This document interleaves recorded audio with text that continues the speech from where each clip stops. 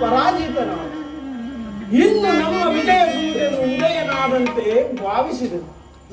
ಆದರೆ ದ್ರೋಣನ ಚಕ್ರವ್ಯೂಹವನ್ನು ನೋಡಿ ನನ್ನ ಆಸೆ ಭಂಗವಾಯಿತು. ಯೋಗದ ಮಹಾದ್ವಾರದಲ್ಲಿ ಸ್ವಯಂ ದ್ರೋಣೆ ಧನಧಾರಿಯಾಗಿ ನಿಂತಿರುವನು.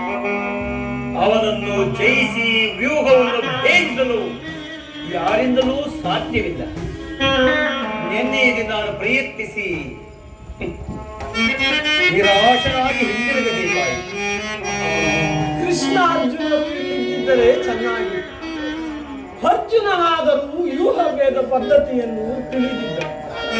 ಕೃಷ್ಣಾರ್ಜುನರು ಯುದ್ಧ ಭೂಮಿಯ ಮತ್ತೊಂದು ಪಾರ್ಶ್ವದಲ್ಲಿ ಸಂಶಕ್ತಗೊಳ್ಳದೆ ಕಾದಾಡುತ್ತಿರುವರು. ಅವರು ಬೇಗನೆ ಹಿಂದಿರುಗುವ ಸಂಭವವಿಲ್ಲ. ಈಗ ಇದರ ಉಪಾಯವೇನು ಸಹೋದರ? ಜಾಗೃತಿಯಾಗಿ ಒಂದು ಉಪಾಯವನ್ನು ಚಿಂತಿಸಲೇಬೇಕು. ಇಲ್ಲವಾದರೆ ಪರಾಜಯವು ಖಂಡಿತ.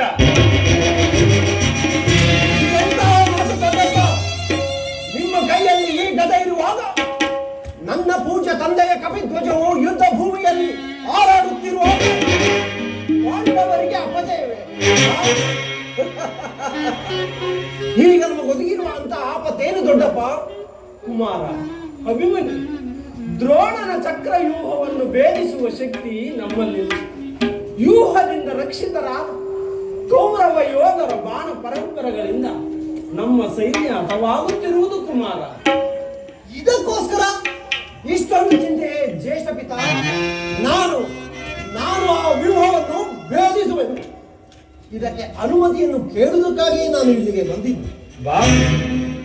ಪಾಪ ಅಭಿಮನ್ಯು ಕುಮಾರ, ನಮ್ಮ ಪಾಂಡವ ವಂಶದ ಗೌರ ಸ್ವರೂಪನಲ್ಲವೇ ನೀನು? ಕುಮಾರ, ನಿನ್ನ ಉತ್ಸಾಹವನ್ನು ನಾನು ಅಭಿನಂದಿಸುವೆ. ಆದರೆ ಈ ಕೆಲಸ ನಿನ್ನಿಂದ ಆಗತಕ್ಕದ್ದಲ್ಲ. ನಾವೆಲ್ಲರೂ ಜೀವಿಸಿ ಈ ದುಸ್ಸಾಧ್ಯವಾದ ಕೆಲಸಕ್ಕೆ ನಿನ್ನನ್ನು ಬಂಧಿಸುವುದು ಮೋಟಾಗುಮತ ಎನಿಸು. ದೊಡ್ಡಪ್ಪ,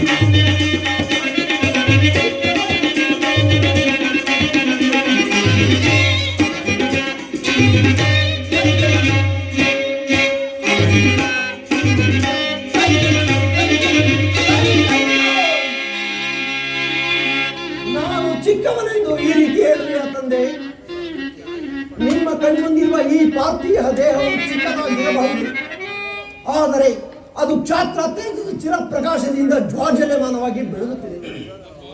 ಸಾಹಸದ ಪ್ರಭಾಫಲಕದಿಂದ ಪ್ರತಿಬಿಂಬಿತವಾಗಿ ವಿಜೃಂಭಿಸುತ್ತಿದೆ. ಅದು ತನ್ನ ಮಹತ್ ಪ್ರಕಾಶದಿಂದ ಕುರುಕ್ಷೇತ್ರವನ್ನು ಬೆಳಗಲು ಅವಕಾಶ ಮಾಡಿಕೊಡಿ. ನನ್ನನ್ನು ಮಗನಾಗಿ ಪಡೆದ ಧನಂಜಯನು ಅಭಿಮಾನದಿಂದ ತಲೆದೂಗಲು ವೀರಪರಸುವಾದ ಸುಭದ್ರಿ ಆನಂದಾಶ್ರಗಳನ್ನು ಸಲ್ಲಿಸಲು ಯೋಗ್ಯವು ಸಾರವು ದೊರೆತಾಗ ಧೈರ್ಯದಿಂದ ಹೋರಾಡಿ ಕೀರ್ತಿ ಶಾಸ್ತ್ರದ ನಿಯಮ ಮರಣಕ್ಕಂಜಿ ಶತ್ರು ಸಂಹಾರಕ್ಕಾಗಿ ಹಿರಿಯ ಖಡ್ಗದಿಂದ ಅಡುಗೆ ಮನೆಯ ಕಾಯಿ ಪಲ್ಯಗಳನ್ನು ಕತ್ತರಿಸುತ್ತಾ ಕುಳಿತುಕೊಳ್ಳುವುದಲ್ಲ. ನಾನು ತಾಯಿ ಗರ್ಭದಲ್ಲಿರುವಾಗಲೇ ಚಕ್ರವ್ಯೂಹವನ್ನು ಭೇದಿಸುವ ಉಪಾಯವನ್ನು ಕಲಿತಿರುವುದು. ಈಗ ಅದರ ಉಪಯೋಗಕ್ಕೆ ಅವಕಾಶವು ದೊರೆತಿರುವುದು. ಅದನ್ನು ವ್ಯರ್ಥ ಮಾಡಬೇಡಿ ತಂದೆ, ನನಗೆ ಅನುಮತಿಯನ್ನು ಕೊಡಿ. ಆಗ ತಿಳಿಯುವಿರಿ ಪಾರ್ಥನ ಮಗನು ಪಾರ್ಥನಂತೆ ಪರಾಕ್ರಮಶಾಲಿ ಎಂಬುದನ್ನು. ಅಗ್ರಜ, ಅಭಿಮನ್ಯುವಿನ ಪ್ರಾಪ್ತಿ ನಿರಾಕರಿಸಬೇಡ. ಈ ವೀರ ಬಾಲಕ ಉತ್ಸಾಹಕ್ಕೆ ಚೇತನವಾಗಬೇಕು. ನಾನು ಸೈನ್ಯವನ್ನು ತೆಗೆದುಕೊಂಡು ಅಭಿಮನ್ಯುವಿಗೆ ಸಹಾಯಕನಾಗಿ ನಿಲ್ಲುವೆನು. ಅಭಿಮನ್ಯು ವ್ಯೂಹವನ್ನು ಭೇದಿಸಿದೊಡನೆಯೇ ನಾವೆಲ್ಲರೂ ಒಳಕ್ಕೆ ನುಗ್ಗಿ ಅದೆಲ್ಲವನ್ನು ಚಿನ್ನ ಭಿನ್ನವಾಗಿ ಮಾಡುವೆವು. ಅನಿರೀಕ್ಷಿತವಾಗಿ ಹೊರಗೆ ಬಂದಿರುವ ಸಹಾಯವನ್ನು ಬಿಡುವುದು ಉಚಿತವಲ್ಲ ಅಗ್ರಜ. ಒಮ್ಮೆ ಯೋಚಿಸಿ ನೋಡು. ಭೀಮಸೇನ, ನಿನ್ನ ಇಷ್ಟದಂತೆ ಆಗು. ಈ ಪ್ರಿಯ ಬಾಲಕನ ಪ್ರಾಣ ಪದಕವನ್ನು ನಿನ್ನ ಕೈಯಲ್ಲಿ ಇಡುವೆನು. ಯುದ್ಧ ರಂಗದಲ್ಲಿ ನೀನು ಒಂದು ಕ್ಷಣವನ್ನು ಬಿಟ್ಟಿರಲಾರೆ. ಧನಂಜಯನ ಪ್ರಾಣ ಪದಕವು ಪುನಃ ಅವನನ್ನೇ ಬಂದು ಸೇರ. ಕುಮಾರ, ಹೋಗಿ ಜಯಶೀಲನಾಗಿ ಎಂದಿರು. ದ್ರೋಣನ ಚಕ್ರವ್ಯೂಹವು ನಿನ್ನ ಪಾಲಿನ ಪುಷ್ಪವ್ಯೂಹವಾಗಲಿ. ನಿಮ್ಮೆಲ್ಲರ ಆಶೀರ್ವಾದವು ನನ್ನನ್ನು ವಜ್ರಕವಚದಿಂದ ರಕ್ಷಿಸಿಕೊಂಡಿರಲು ಭಯವೆಲ್ಲಿರುವುದು ದೊಡ್ಡಪ್ಪ. ನಡೆ. ಕುಮಾರ.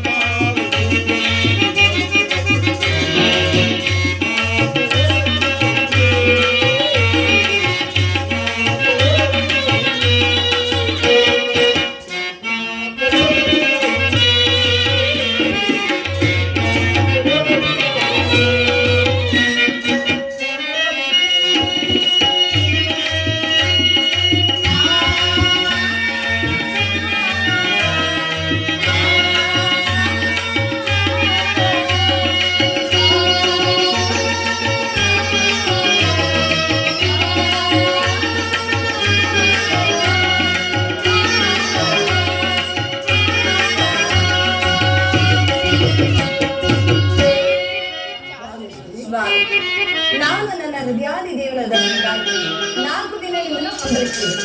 ಅದು ಈ ದಿನ ಲಭಿಸಿದೆ. ಸುಂದರಿ, ನೀನು ನಿನ್ನ ದೇವರ ಸಂದರ್ಶನವನ್ನೇನೋ ಹೊಂದಿದೆ, ಆದರೆ ಆತನ ಸನ್ನಿಧಿಯಲ್ಲಿ ಅರ್ಪಿಸಲು ಏನನ್ನು ಸಿದ್ಧಪಡಿಸಿರುವೆ ಹೇಳಿ? ನನ್ನ ಸರ್ವಸ್ವವನ್ನು ಕೊಟ್ಟಿರು. ಇನ್ನು ನನ್ನದಾಗಿ ಏನು ಉಳಿದಿದೆ? ಅದು ಅದು ನಿನ್ನ ಹೃದಯದ ಪ್ರೇಮ ಉತ್ತರ. ಅದು ಮೊದಲಿನಿಂದಲೂ ತಮ್ಮದೇ ಆಗಿದೆ. ಪುನಃ ಕೊಡುವ ಅಗತ್ಯವಿಲ್ಲ ಸ್ವಾಮಿ. ನಾನದನ್ನು ಬಲ್ಲೆನು ಪ್ರೇಯಸಿ, ಆದರೆ ಪ್ರತಿದಿನವೂ ಪ್ರತಿ ಕ್ಷಣವೂ ನಿನ್ನ ಪ್ರೇಮವನ್ನು ಹೊಸ ಹೊಸದಾಗಿ ಪಡೆಯಬೇಕೆಂಬುದು ನನ್ನ ಬಯಕೆ. ವಸಂತದ ಬಳ್ಳಿ ದಿನ ದಿನವೂ ಹೊಸ ಹೊಸದಾದ ಹೂಗಳಿಂದ ಸೃಷ್ಟಿಕರ್ತನನ್ನು ಆರಾಧಿಸಿ, ಪಕ್ಷಿಗಳು ದಿನ ದಿನವೂ ಹೊಸ ಹೊಸದಾದ ಗಾನದಿಂದ ಪ್ರಕೃತಿಯನ್ನು ಬೆಳೆಸಬೇಕು. ಸರ್ವ ಸಾಕ್ಷಿಯಾದ ಸೂರ್ಯದೇವರು ದಿನ ದಿನವೂ ಹೊಸ ಹೊಸದಾದ ಕಾಂತಿಯಿಂದ ಜಗತ್ತನ್ನೇ ಬೆಳಗೋದು. ಪ್ರೇಮದ ವಿಚಾರವು ಹಾಗೆಯೇ ಇದೆ. ಅದು ಹೇಗೆ? ವಿರಹದಿಂದ ಸಮ್ಮಿಲನ, ಸಮ್ಮಿಲನದಿಂದ ಪುನಃ ವಿರಹ. ಈ ವಿರಹ ಮತ್ತು ಸಮ್ಮಿಲನದ ಉಭಯ ಭಾವಗಳ ಆಕರ್ಷಣ ವಿಕರ್ಷಣಗಳೇ ಪ್ರೇಮ ಸಂಜೀವ. ಹೃದಯೇಶ್ವರಿ, ನಿನ್ನೆ ದಿನ ನಾವು ವಿಯೋಗದ ತೀವ್ರ ಶೋಕದಿಂದ ದಗ್ಧರಾಗಿದ್ದೆವು, ಆದರೆ ಈ ದಿನ ಪುನಃ ಸಮ್ಮಿಳಿತರಾಗಿ ಈ ಆನಂದದ ಸುಪ್ರಭಾತದಲ್ಲಿ ನಿನ್ನ ಪ್ರೇಮ ಪೂಜೆಯನ್ನು ಕೈಗೊಳ್ಳಬೇಕೆಂಬುದೇ ನನ್ನ ಅಭಿಲಾಷೆ. ದೇವರಿಗೆ ಪೂಜೆಯನ್ನು ಬಯಸಿದಾಗ ಭಕ್ತರು ನಿರಾಕರಿಸುವಳಿ